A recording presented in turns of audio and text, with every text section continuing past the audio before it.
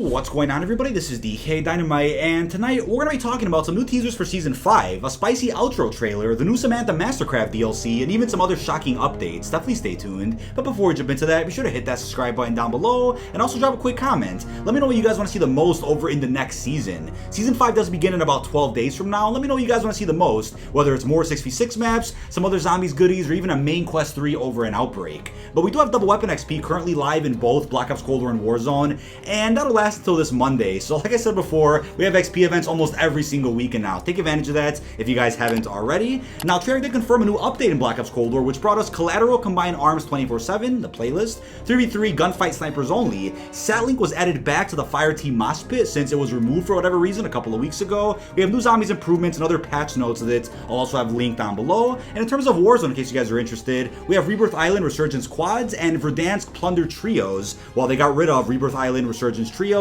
and Verdansk Plunder Quads, they're also going to be keeping Verdansk LTM Payload, which essentially is War from Call of Duty World War II. But here's when things get a bit interesting. So earlier today, Treyarch did tweet out the following, right? Keep an eye out next week for your first look at Season 5. And I wonder what marketing they'll drop first, since usually we end up getting a roadmap and gameplay trailer on the week of release for a brand new season. But with Season 4's marketing, that was of course done during a gaming event, so this time around it'll be a little bit different. Maybe we'll end up getting the intro cutscene at some point at the end of next week, but you never know. They could start things a little bit early, kick off some teasers on their Twitter, Instagram, etc. You never know. But it's also worth pointing out that as of right now, to our understanding, no delays are going to be happening for Call of Duty, at least in Black Ops Cold War. Season 5 seems to be releasing on pace the way they wanted to, and upon further analysis of the lawsuit that was filed against Activision, the allegations seem to be coming from the Blizzard World of Warcraft side of things, not Call of Duty at all. Yes, Activision may own Blizzard, so people will tend to put a blanket across all of their franchises when boycotting, but it seems like development on Call of Duty, at least, is back to normal, right? They didn't really tweet much for a good couple of days, and that happens every once in a while, where some of the developer Twitter accounts go dark, and they're working on something. But we also have a new Gunfight tournament live in Black Ops Cold War multiplayer, and the reward for it is, as you expected, a plain camo, and it's for the DMR this time around. So I'm still a bit confused as to why Onslaught Accelerated gave us an animated camo reward for doing a challenge in the new mode, but Gunfight still hasn't given us any type of animated rewards yet, which has me scratching my head, because I'm like, alright, for a PlayStation exclusive mode, they gave us an animated looking M60 camo, but for a gunfight tournament requiring you to go through a bracket of different sweats, we haven't got anything really worthwhile yet for doing that. So hopefully with the next few tournaments we have left of this game's life cycle, we get something worth going for by the end of it. But as usual, I'll be completing this one just for the sake of doing it. I enjoy this game, and you'll see gameplay of me beating this new gunfight tournament probably in my next video or two. Definitely stay tuned for that. Now, the Season 4 outro cinematic cutscene was also released sooner than anticipated yesterday, and it serves as a nice teaser for Season 5, which is currently set to start on August the 12th, of course. Now, although I reported on the subtitles that already had surfaced for this cutscene, the cutscene does have Ray talking to a mysterious character, so she kind of is talking to herself in the cutscene. Presumably another Perseus agent is on the other line of this phone. We don't get to see who the character is, but we do get a glimpse of the person's mask there on the floor. And the background looks gorgeous, as you guys can see, but we can't exactly pinpoint where this is in the world. Now, the operator's internal names for Season 5 did already surface, and the names include Kitsune, Kingsley, and Surge. You can't get much from those names, but I know in Season 4 the internal name for Jacko was Deathstalker and the internal name for Salah was Komodo. So maybe the background here of this outro is showing us Teufelsberg, Berlin, which is where we're going in the multiplayer map Echelon. But take a look here at a real life image I found of Teufelsberg, and it just so happens to have a mask engraved in the ground. So maybe this mask is a type of meaning to where this is over in Berlin. Let me know in the comments if you know more about this, but take a look at some of the images you might find on Google of this location, and it has me really excited for what it's going to translate to in a multiplayer map. This could be the first Japanese-themed Perseus operator, which is cool to see. I know Japan played a small role in the actual Cold War in real life, more of an economic type role, not a security one. Maybe there's a possibility we still go to Japan at some point in this game's life cycle. I know Season 6 will probably end up setting up young Menendez, how Kravchenko ends up in the Middle East, and kind of serving as a bit of a prequel to Black Ops 2, something that Treyarch can still cover quite a bit. There's plenty left on the table for Treyarch to cover in the future of the Black Ops timeline, right? The gap between the first two Black Ops games, even the gap from the beginning and future sections of Black Ops 2 when Mason went missing. So I'm looking forward to whatever Treyarch has to offer in Call of Duty 2023 on top of what's left for Season 5 and 6. But I don't know about you guys, I saw a few jokes over on Twitter that I think actually make sense. So hearing the name Kitsune and hearing about a potential Japanese masked operator over in Season 5 kind of brought this character to a lot of our minds from Fortnite. Now, it's a bit of a crazy connection, but I saw a few jokes about it, which made me feel like I was not as crazy for thinking of this as well. So we'll see what ends up happening with the next masked operator. But I saw a few comments also mentioning that people are tired of masked operators in Black Ops Cold War, so maybe we'll get one for Season 5, but we won't get one for Season 6. We've gotten quite a few masked operators in Cold War thus far. I can't say I'm complaining about it. You know, it does get a bit repetitive at times, but we'll see how interesting this character ends up being, who is probably going to be a Perseus agent. I would like to see some more hero-themed seasons, since ever since Season 1, it's been all about the villains, right? Stitch, with Naga, Wraith, Jackal. Let's see some other familiar faces or some new heroes get introduced that aren't masked, right? Maybe we'll end up getting that in the future. But I also wouldn't be surprised if Season 6 wraps up this game's lifecycle with a bang and has a fan-favorite character as the theme, front and center on the roadmap, whether it's Mason or Hudson. I don't know if you guys can tell the difference here, but this is actually concept art made by the legendary Fajardi. He had this idea for a while and decided to bring it to life just yesterday, and I think seeing the numbers death effects return would be great with this bundle. And of course, right, a Mason operator bundle would have to look as spicy as this, with the numbers floating everywhere, a cool skin for him, probably one from Vorkuta or one of his other fan-favorite missions in Black Ops 1. But the craziest idea I saw to go along with this bundle is from somebody by the name of Green Patriot. He went ahead and tweeted, if Mason becomes an operator, his finisher move needs to be Reznov showing up out of nowhere and killing the enemy, and with a numbers-themed tracer pack also included. That would be worth the $20. They pulled off a zombie already with the Weaver pack earlier this week, so I could definitely see an idea like this end up being one of the coolest additions ever added to a Black Ops game post-cycle. I mean, that would be insane to see. Imagine having a remastered Reznov model pop up next to you and just kill the enemy. Who wouldn't ask for that, right? That's perfect. And I hope Treyarch ends up seeing that tweet and brings it to life over in Season 6. Now, looking at the Black Ops canon though, Alex is currently away raising his young son David Mason, as we also get a glimpse of in the beginning of Black Ops 2's campaign. Doesn't mean that he can't pop up for a couple of minutes in Season 6 to maybe kill a brainwashed Adler, or meet up with Woods one more time, talk to some people, and then go back to where he was raising his son before Hudson picks him up again to rescue Woods at the beginning of Black Ops 2. So I'm sure Season 6 will end up giving us all the usual suspects they were expecting to release as bundles, right? They would sell like hotcakes. Mason, Kravchenko, Hudson. I'd be shocked if Activision didn't double down on that and take advantage of how successful Cold War's lifecycle has been. We also got the release of the Firestorm Maxis Mastercraft bundle, which does fit the aesthetic of Collateral very damn well, as you're seeing gameplay of here in the background. I had a ton of fun playing Combined Arms earlier today. I want to play more of it on stream at some point in the future too. And this does cost 2,400 COD points and features a Raging Phoenix skin for the QBZ, a cool looking Diamatti, both with fire dismemberment effects on top of gold and red tracer rounds. We also have the Heat Seeker skin for Maxis, a Charm Watch, Bike Horn, and the usual emblem and calling card. So I really want to say, right, the inspect animations for some of these bundles sell the bundles themselves. I mean, some of the inspect animations alone make some of these bundles worthwhile,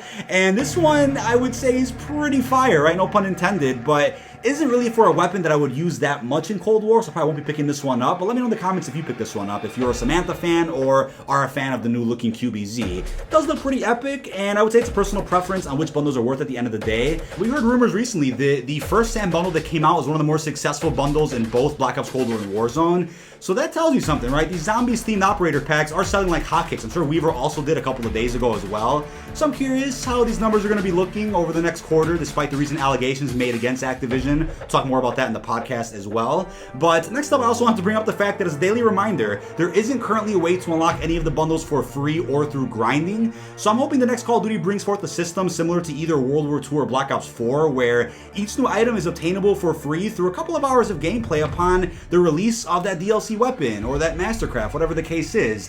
I think World War II did it fairly well, and if it wasn't for the Black Market revamp in Black Ops 4, I would say World War II had the best system for microtransactions, but Black Ops 4's Black Market revamp really revolutionized what it means to be able to grind towards something as important as a DLC weapon, so that it's not pay to win, or it's not unfair where you're gambling through supply drops. Nowadays, they got rid of supply drops, which I guess was good for the community because everybody wanted that, but then they kind of did something that's almost a bit worse than what supply drops represented, which is locking everything behind paywalls now, where they're like, alright, you want something? You can pay directly for it, but it's going to cost a third of the price of the game to get a new Mastercraft or a Tracer pack, a character that you might want.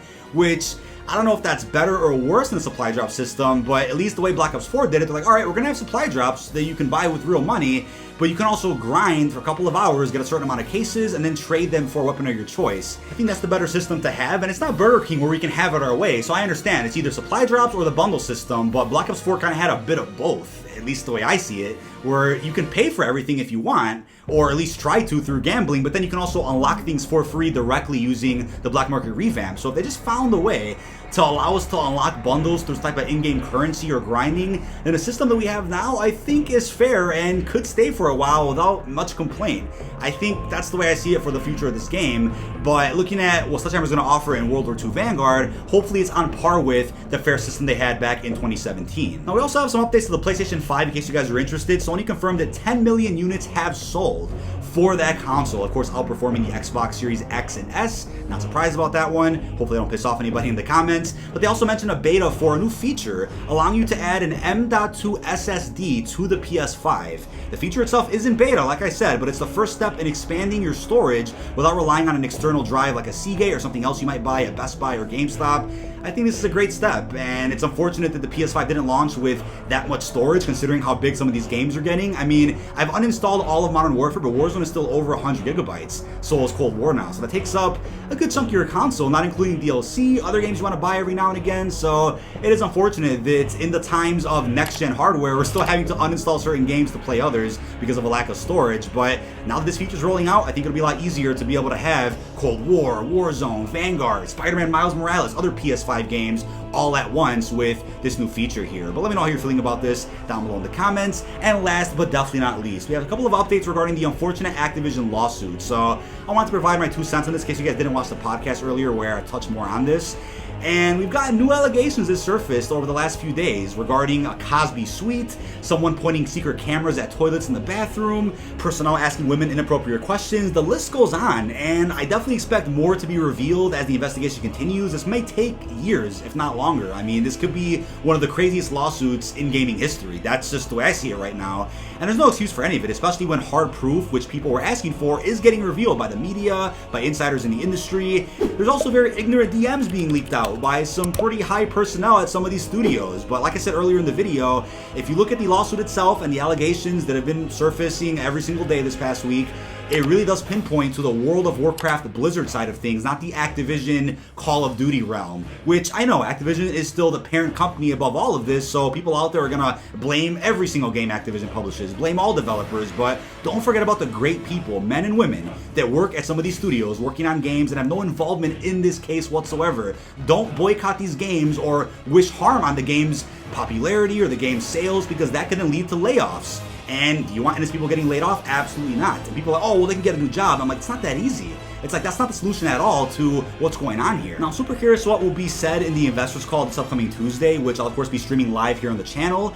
And yeah, they could reveal a possible delay for Call of Duty Vanguard. And now that we know Season 5 isn't getting delayed to Black Ops Cold War, I don't see delays happening at all, at least not for Call of Duty projects or any games that weren't tied to the Blizzard World of Warcraft side of things. That's kind of what I'm looking at. Maybe development has stopped on future updates for World of Warcraft or other games that Blizzard specifically was working on, but at least for the realm over here that we're at, it seems like everything is fine. But still, the case is still as important as it was before, and I'll be providing you guys with updates as often as I can. Now, it's 2021. We should not be seeing shit like this happening, especially when there's a dozen new ways to be caught. People are just that ignorant and don't care. I mean, the fact social media exists, you know, more technology with cameras, security proof. I mean, people are still going above and beyond, trying to beat the system, showing how big their balls are, and it's like, you're not getting away with this, man. Especially not this time, especially not in this generation.